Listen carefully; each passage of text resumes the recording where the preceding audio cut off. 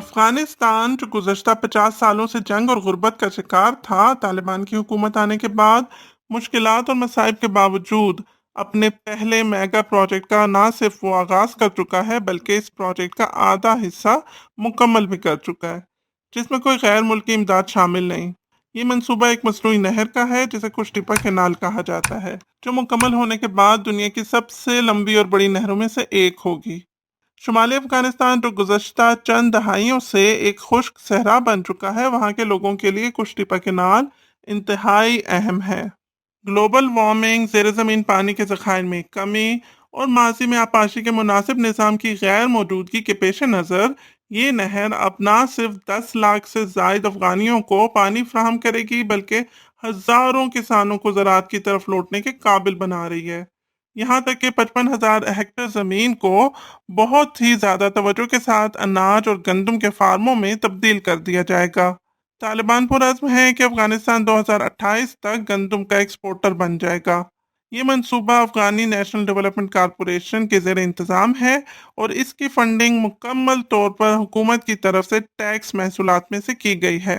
दुनिया हैरत ज़दा है कि अफगानी महदूद और पुराने आलात, महदूद तादाद में तजर्बाकार इंजीनियर्स और बगैर किसी बैरूनी मदद के इतने बड़े मंसूबे को शुरू करने में कैसे कामयाब हुए। हुकूमत ने इस मंसूबे के लिए जब फंड्स फ्राहम किए थे, तो इस पेचीदा काम को सर अंजाम देने के लिए वसी पैमाने पर ज़मीन के सर्वे और मट्टी के मुताले की बुनियाद पर इस प्रोजेक्ट को डिज़ाइन किया। इन्हें इस बात को भी यकीनी बनाना था कि ये नहर कस्बों और गांव के करीब हो और इंतहाई जरखेज ज़मीन से गुजरे। नहर का रास्ता तय हो जाने के बाद 200 निजी ठेकेदारों को पहले मरहले के 114 हिस्सों में पहुंचाया गया था, जो 108 किलोमीटर तक फैला हुआ है, जिसकी खुदाई में 7,000 हॉल ट्रक काम कर रहे थे। तामीर के पहले मरहले के आखिर में रोजाना बहुत ही तेज और मुनज्जम तरीके से 10 लाख क्यूबिक मीटर तक मट्टी निकाली जाती थी। हालांकि इनमें से ज्यादातर खुदाई करने वाले और हॉल ट्रक काफी पुराने थे और कुछ तो 1960 की दहाई के थे।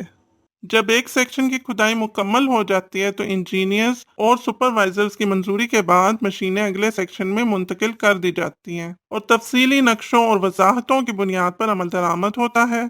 इस प्रोजेक्ट के पहले मरहले में 14 हाइड्रोलिक गेट्स की तामीर शामिल है, जिनके ऊपर से गाड़ियों के गुजरने के लिए पुलों की तामीर भी की गई है। ये गेट मौसम सरमा और शदीद बारिशों के दौरान सैलाब की रोकथाम के लिए तामीर किए गए हैं।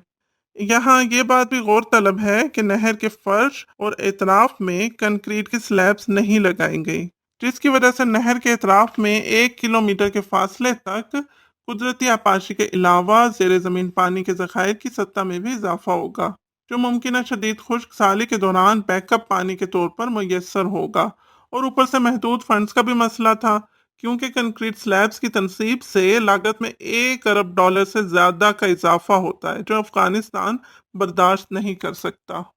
आबपाशी की पाइपलाइनों के एक बड़े नेटवर्क को भी आसपास के इलाके से मरबूत किया गया है। ये जेर जमीन आबपाशी की पाइपलाइंस किसानों को नहर से कई किलोमीटर दूर तक पानी की रसाई देने के लिए डिजाइन की गई हैं। आसपास के गांवों और कस्बों में पानी के पंपों से राब्ता कायम करने के लिए पानी के दीगर मेन होल नस्ब किए गए हैं। उन्होंने मिट्टी को मजबूत बनाने और कटाव को रोकने के लिए नहर के किनारे हजारों दरख्त भी लगाए हैं। इसके साथ साथ आबपाशी के निज़ाम और मिट्टी की तासीर को जांचने के लिए नहर के साथ 20 किलोमीटर तक के इलाके में मुख्तलिफ किस्म की फसलों को भी काश्त किया गया है। नहर के करीब रहने वाले लोग इस मुआशी तरक्की में हिस्सा ले रहे हैं, क्योंकि हजारों कारकुन इस प्रोजेक्ट में मुलाजमत कर रहे हैं। पुराने फार्मों को दोबारा लगाया जा रहा है और सड़कों को भी बेहतर किया जा रहा है। मजीद ये कि मजदूर, किसान और आसपास के रहायशी जो जंगों, खुश्क साली और तवील गुर्बत की वजह से बुरे हालात में रह रहे थे, उनमें उम्मीद और खुशी की लहर दौड़ रही है। इस मंसूबे में सामने आने वाली एक और हैरत अंगेज बात यह है कि आसपास के इलाके जो ज्यादातर बिजली की कमी की वजह से बाकी दुनिया से मुनक़ता थे, वहां के घरों और वर्कशॉपों को बिजली फराहम करने के लिए सोलर पैनल्स का वसी पैमाने पर इस्तेमाल किया गया है। नए फार्मों पर भी सोलर पैनल्स नजर आ रहे हैं, ताकि बिजली की मदद से पानी की फराहमी को यकीनी बनाया जा सके। ये मंसूबा 2028 में मुकम्मल होना था, लेकिन मौजूदा रफ्तार की वजह से साफ जाहिर है कि ये 2025 के शुरू में ही मुकम्मल हो जाएगा। آخر میں ہمیں اس بات پر غور کرنے کی ضرورت ہے کہ افغانستان کے زیادہ تر دیہی اور دور دراز علاقوں میں اس کے 4 کروڑ رہائشیوں کا ایک بڑا حصہ قحط کا سامنا کر رہا ہے، کیونکہ ملک انتہائی سخت پابندیوں کی زد میں ہے۔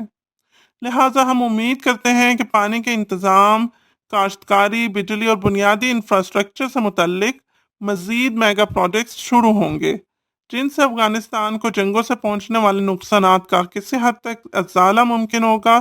وہ ترقی کریں گے اور بین الاقوامی برادری کا ایک کارآمد رکن بن کر ابھریں گے۔